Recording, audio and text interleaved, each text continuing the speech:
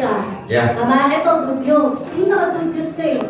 Sabi ko na hit ko, ang saya-saya ko. Pero nung time na sa MAPP, sabi ko 60% kailangan. Kasi ang diamond account, tama? Yes. Malaki ang Mataas. kapag 60%. So nanginayang ako, ayun na nga, hindi ako nakapag MMPP. So, alam mo, sabi ko, yun yung turning point. Sabi ko, kailangan ko siyang gawin para makita ng buong team ko na dapat nakakahit ka. Tama. Kailangan na-awardan ka. She, ibig sabihin, Galing. yung Hokkaido Japan, hit mo na dapat. Oo. Pero dahil emerald ka nun, Yun. nanginayang ka dun sa product. Aray ko. So ngayon kaya mo na hit ang Magix kasi diamond ka na. Diamond ka. Naging lesson sa akin. Naging lesson sa kanya. Galing. Kaya nung after noon, sabi ko, kaya pala.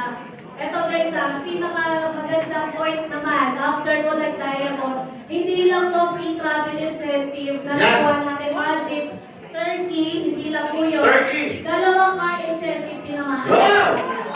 Dalawang libreng kotse! Hindi lang, libreng kotse. Dalawa! Kotses. Dalawa! Kotses. Dalawa! Maging ama. Di ba ba yung cash? Grabe naman So that's why, ito galing, kailangan lang talaga. Matindi.